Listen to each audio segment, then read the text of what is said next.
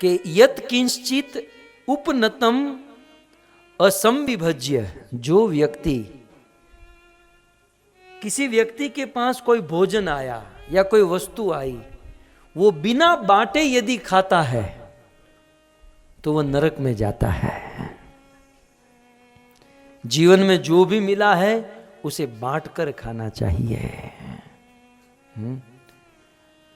और कितने लोगों को, एटलीस्ट कम से कम 5 लोगों को बांटना चाहिए। जीवन में आपके पास धन आया, संपत्ति आई, भोजन आया, 5 लोगों को, उस 5 में सबसे पहले है माँ बाप, पेरेंट्स।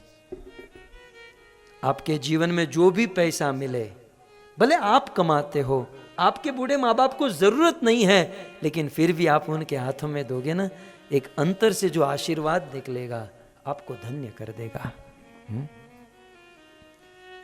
भोजन है, कोई भी अच्छे व्यंजन, माँ बाप तो नहीं खाएंगे, वो तो अपने बच्चों को खिलाकर खाने वाले होते हैं, लेकिन फिर भी बच्चे जब कहते हैं ना कि माताजी आप पहले खा लीजिए, पिताजी खा लीजिए, तो एक अंदर से आशीर्वाद निकलता है।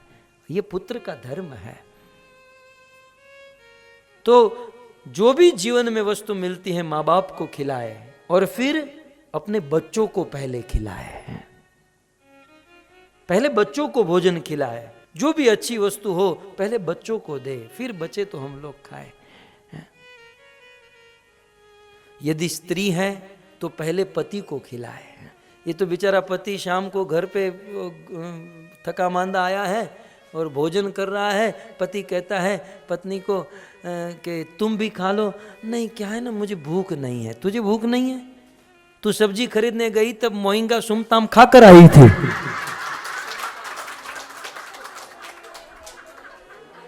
पूरा खाकर बैठी है और मुझे भूख नहीं है। एक बात समझ लीजिए, क्यों इतना हंस रहे? एक बात समझ लीजिएगा, मैं 4 दिन से आया हूं, मुझे आज तक किसी ने मोइंगा सुमताम खिलाया। मुझे बहुत पसंद है, और यदि कोई इसमें से अच्छा बनाना जानता है तो कल मेरे लिए लेकर आना, ठीक है? सब लोग मत लाना। ओके, तो एक बात समझ लीजिए, जो पत्नी अपने पति को खिलाए बिना खाती है, बूढ़ी होने के बाद उसके घुटन में दर्द होता है। जो व्यक्ति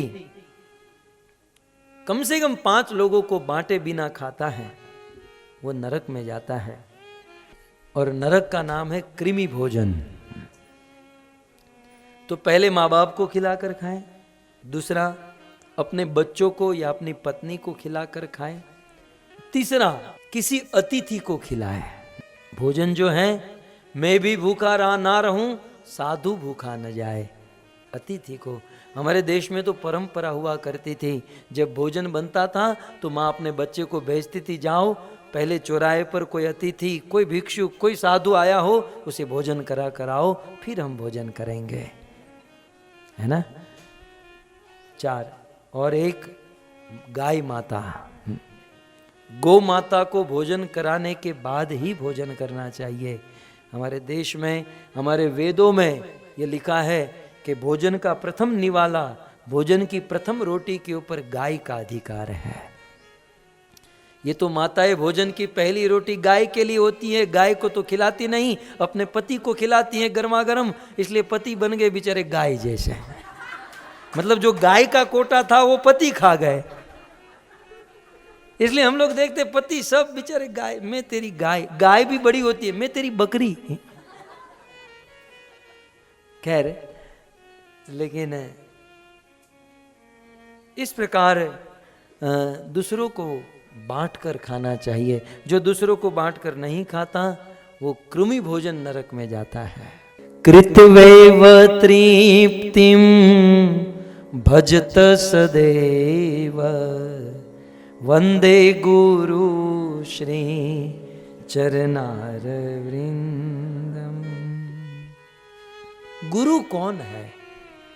गुरु माने बड़ा, गुरु माने महान। गुरु कौन है? चतुर्विध श्री भगवत प्रसादो, 4 प्रकार के चौस्य लेह्य आदि, ये जो 4 प्रकार के भोजन है भगवान को खिलाने के बाद भक्त को खिलाते हैं, और अपने शिष्य अपने भक्तों को भोजन करते हुए देखकर गुरु का ऐसे ही पेट भर जाता है, खाने की जरूरत नहीं पड़ती। जो सच्चे माँ बाप होते हैं ना, अपने बच्चों को खाते हुए देखकर पेट भर जाता है, जिसके अंदर दिल हो, जो सच्चे माँ बाप हो। वैसे जो सच्चा गुरु होता है उसे 56 भोग 108 भोग की जरूरत नहीं पड़ती है, तो शिष्य कर्तव्य है। लेकिन सद्गुरु जो होते हैं अपने शिष्यों को भोजन करते हुए देखकर तृप्त हो जाते हैं कि बस मेरा शिष्य तृप्त है, मुझे क्या जरूरत। इसे कहते हैं गुरु। और यहां तो कुछ कलयुग में तो कुछ और ही होता है। जो लोग दूसरों को खिलाए बिना प्रथम खाते हैं वो नरक में जाते हैं, कृमि भोजन नरक में जाते हैं। इस नरक में क्या होता है? इस नरक में एक बहुत बड़ी खाई होती है और उस खाई में मात्र कृमि माने कीड़े मकोड़े होते हैं। और इस आदमी को जो दूसरों को बांटे बिना अपना जीवन जिया है, दूसरों को खिलाए बिना जो खाया है, ये कृमि भोजन नरक में उस कुएं में जाता है और उस कुएं में मात्र कीड़े मकोड़े होते हैं और उसे खाने के लिए कुछ नहीं होता, वो कीड़े मकोड़े उसे खाने पड़ते हैं। ये कीड़े मकोड़े को खाता है और कीड़े मकोड़े इसको खाते हैं, परस्परम प्रीति होती है। सबसे पहले वीडियो पाने के लिए लाल गोविंदास यूट्यूब चैनल को सब्सक्राइब करें और बेल आइकॉन को प्रेस करना ना भूलें।